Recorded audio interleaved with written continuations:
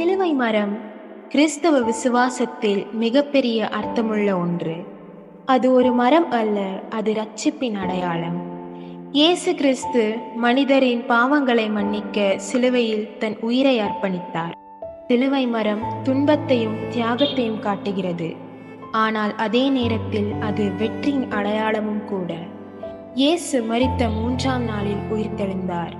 அதன் மூலம் நம்மை மரணத்திலும் பாவத்திலும் இருந்து விடுவித்தார். எப்போதும் சிலுவையை பார்க்கும்போது தேவன் நம்மை எவ்வளவு அன்பாக நேசிக்கிறார் என்பதை நினைவுபடுத்தும். நாமும் எங்கள் வாழ்க்கையில் நம்பிக்கையுடன் செல்ல வேண்டும் என்பதை உணர்த்தும். மற்றவர்களை மன்னித்து அன்பாக நடப்பதும் தேவனுடைய பாதை என்பதை உணர்த்தும். சிலுவை மரம் நம் மீட்பின் அடையாளம். அதை மனதார ஏற்றுக்கொண்டு அந்த மகிமை மிக்க ஆண்டவரின் பாதையில் நடக்க வாருங்கள். ஆமேன்.